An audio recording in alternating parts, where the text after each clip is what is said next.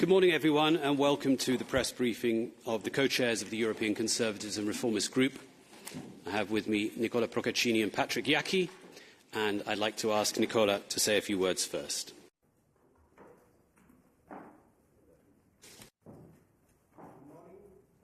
you for being here.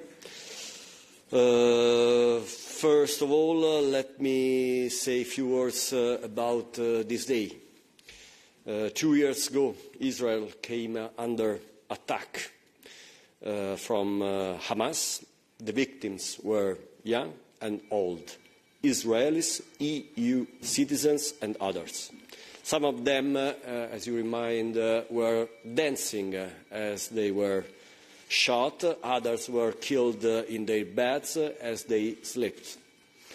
The 7th of October 2023 was a day of unimaginable violence. Today we remember the victims and we pledge again our commitment to restoring peace and security to the region.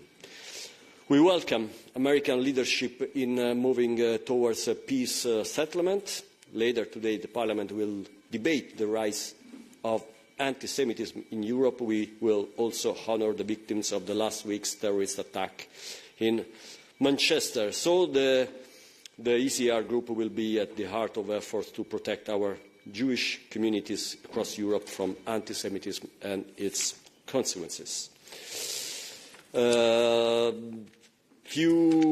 Let me say, yesterday, maybe you already know our position about the motions of censure. We leave our delegation free to decide in order to, according to their national interests, as usual. Let me say again a few words about maybe the most sensitive vote of this plenary, that maybe is the one again about the immunity of Ilaria Salis. So for sure, for the Italian public opinion, as ECR, we will vote against the waiver of the immunity, because, as you know, Ilaria Salis, he's here only for that, and we don't think that this place, the European Parliament, is the place to escape the responsibilities for crimes not linked to political activities. This is why we hope that the whole Parliament we will vote in the same way. We already know that maybe it will not. It's not. Maybe this vote will be tricky, and we don't know the outcome, but for sure we believe that who really is in favor of the rule of law will vote against the waiver of immunity. That's all. Patryk? Thank you so much, Nicola, and it's good to see you once again, all. So, first of all, I think that President von der Leyen yesterday's speech requires some remarks. She called lots of times for unity in Europe, especially in the context of external threat. And the words are very good, but when it comes to deeds, we would like to know how she is building, and her party is building, unity and solidarity among the countries with the persecution of parties and opposition which they don't like. In some countries, in this parliament, so those are only words. After that, of course, she was talking about Russia and fighting against Russia, and those are those are just words as well. Because I don't know whether you know that the Germans filed a motion to arrest Ukrainians who blow Nord Stream 2. In fact, Russians can kill anyone they want, every day, shoot civilians, bomb hospitals, but if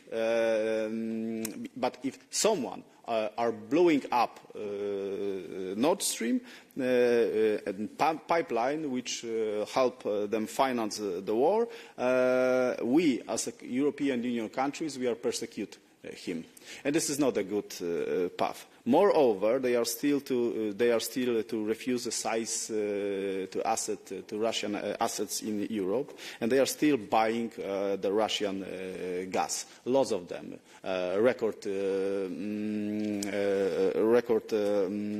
It was a record from for instance, France supplies in this year. So, and after that, we are hearing that, we are listening that there is a 17 sanction package, but it's changed nothing, and you can see in the field. And this is about the context of the debate which will be held tomorrow about the incursion of the Polish airspace. So, on the one hand, we are listening to the very strong words, but in the second hand, you see how it works like. So what kind of sign is that if this Ukrainian man who blew up the Nord Stream will be holding in handcuffs to the Germany? What kind of sign to the world it will be? So this is the issue I would like to raise. And finally, Green Deal, the biggest fraud in Europe. So you see energy prices are rising, our economy is weakening, and our industry is in the ruins. That's why, at our initiative, it will be a debate on lifting the ban of the sale of combustion cars. So we don't want cars just for the rich. We want freedom. When it comes to choose a car, we want to save our automotive sectors in Europe. We also want to prosperous Europe. And some important data. Since Ursula von der Leyen was the president of the Commission, new car prices have increased by average of 30%. The automotive sector employs approximately 30.8 million people directly and indirectly across accounts for 8% of the value added of the EU manufacturing industry, and generates the trade supplies at more than 170 billion annually. And between 2017 and 2022, EU vehicles exports fell by 16%. And the last data from 2015 to 2023, Chinese brands' share of the electric vehicles markets in Europe increased from 5% to almost 15%, while the European companies' share fell from 80% to 60%. Cost of the producing an electric vehicles in the EU are average 30% higher than in China. And therefore, and this is only the part of the data, so therefore we firmly urge to withdraw of those unwise regulation. So this will be one of the main topic for us on this plenary session. Thank you so much. Thank you, Patryk. Now, who has a question, please? Thank you very much. Good morning. I'm Florentin Collomb from Le Figaro from France. I have a couple of questions for Mr. Procaccini. You were asked to talk about the situation in France already last month, and I remember you said that Macron should appoint a right-wing prime minister. So I wanted to ask you, are you concerned of the prolonged instability, political instability in France, when we see now that France has become the sick man of Europe instead of Italy? And secondly, on this political advice that you gave to Macron to appoint a right-wing prime minister, it seems that the right in France, the major party on the right in the polls, is the National Rally. Do you think a government of the National Rally would be a good thing for Europe? A French government of the National Rally would be a good thing for Europe or not? Thank you. Yes. First, obviously, I repeat what I already said in the last press conference. Maybe I think that France should go to new elections.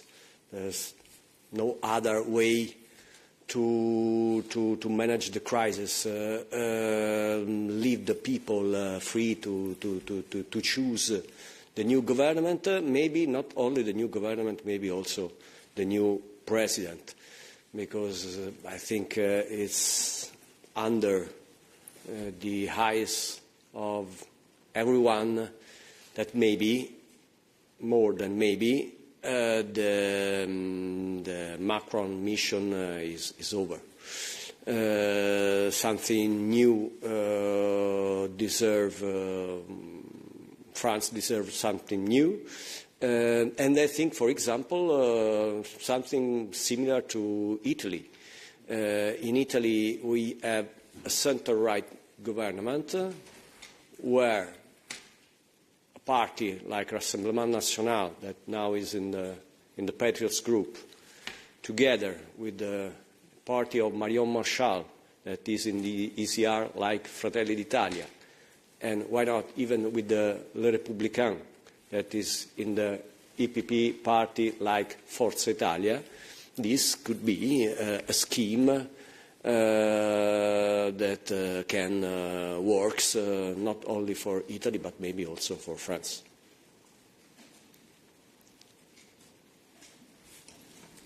Other questions? Please. Monsieur El Mali, journaliste de la télévision kurde, il y a eu un appel de secours depuis Alep. Une partie de Alep, qui n'est pas très appréciée par les nouvelles chefs de Damas, sont sous blocus depuis plusieurs jours, mais depuis hier soir, il y a des affrontements. Donc il y a des blessés et les morts. C'est les quartiers où il habite 300 000 personnes. Majoritairement sont des Kurdes, des chrétiennes et d'autres minorités. Et l'appel, vu que l'Union européenne elle a une représentation à Damas, qu'est-ce que vous, le Parlement européen ou l'Union européenne, peut faire dans le cas pareil, vu qu'on a eu l'exemple de Riz et les Alevis. Voilà. Merci.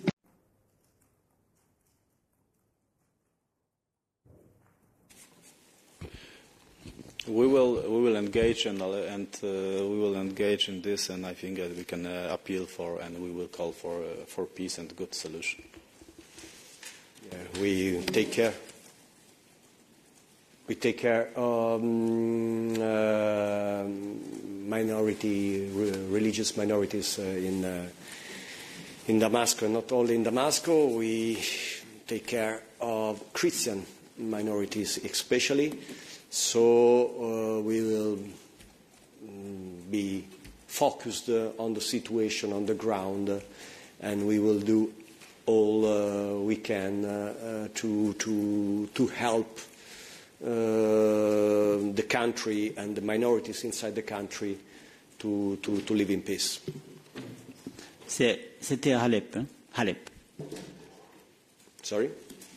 C'était à Alep, yeah. C'était pas à Damas. Even in Okay, so the comments were relevant for the whole of Syria. Max. Thank you. I would like to ask about the MFF. EPP and S&D are on their path to ask for the withdrawal of the national plans file, so not the whole MFF, but just the national plans file. Is that something that ECR is on board, to ask for the withdrawal of these national plans, to change it? And then on the other hand, perhaps, well, it's the Commission President's birthday tomorrow, and I was wondering whether you have any wish for her ahead of her birthday. Thank you. Yeah, of course, I have some special wish for her and for all European citizens to withdraw from the Green Deal. And I hope, and for the better cooperation with whole spectrum of the European parties.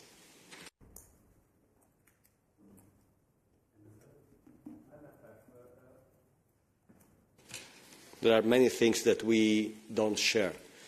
We don't agree.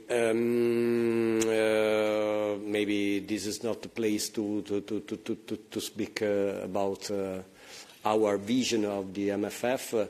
But for now, we are not involved in the talk with the EPP, S&D, or someone else, or Renew, I don't know. But we have very clear vision of what European Union needs and what doesn't need. For example, new taxes, new tax. Is exactly what we don't need. Anyone else with a final question? Okay, Emmanuel. Good morning, Emmanuel Berta from Le Point.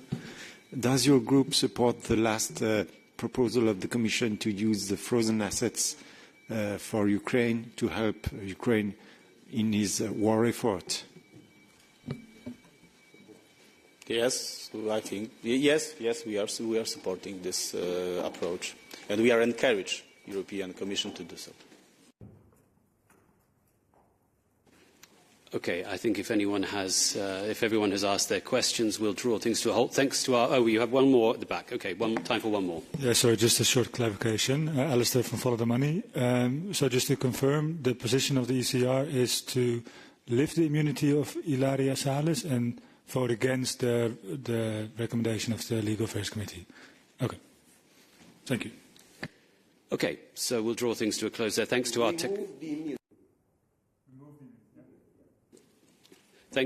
technical team and to our interpreters and to the press unit for their help with the press conference. Have a good session, and we're always available to answer your questions if anything else comes up for you. Thank you.